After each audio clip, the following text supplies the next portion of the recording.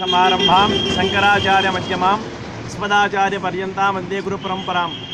మహనీయుడు మహానుభావుడు శంకరాచార్యుల వారు చక్కగా మన నేటి భారత తరాలకి కూడా అందజేసిన లలితా సహస్రనామ ఇతిహాసాలు పురాణాలు అన్నీ కూడా మనకి ఎంతో శక్తిని ధైర్యాన్ని ఇచ్చిన మహానుభావుడు. ఒక కష్టం వస్తే ఆయన స్ఫూర్తినే కానీ ఆ పాదసేవనే కానీ ఆయనలోంచి మనం మంచి తీసుకున్నా సరే, సంధ్యావందనం అయితే కానీ బ్రాహ్మీ ముహూర్తంలో అయితే కానీ మహానుభావుడు. అలాంటి నేటి భారత తరాలకి కూడా ఆయన తీసుకున్న స్ఫూర్తిని మన అందరం కూడా సమితి ద్వారా విప్ర సమితి అనే యొక్క సమితి ద్వారా తీసుకుని మన భారత తరాలకి కూడా మన భారతఖండ ఈ హైందవ జాతి మతాన్ని కూడా అభివృద్ధి చేసి మరింత మన మీద ఒక చీమ చాలా గొప్పది, శివుడి కోసం తపస్సు చేసింది.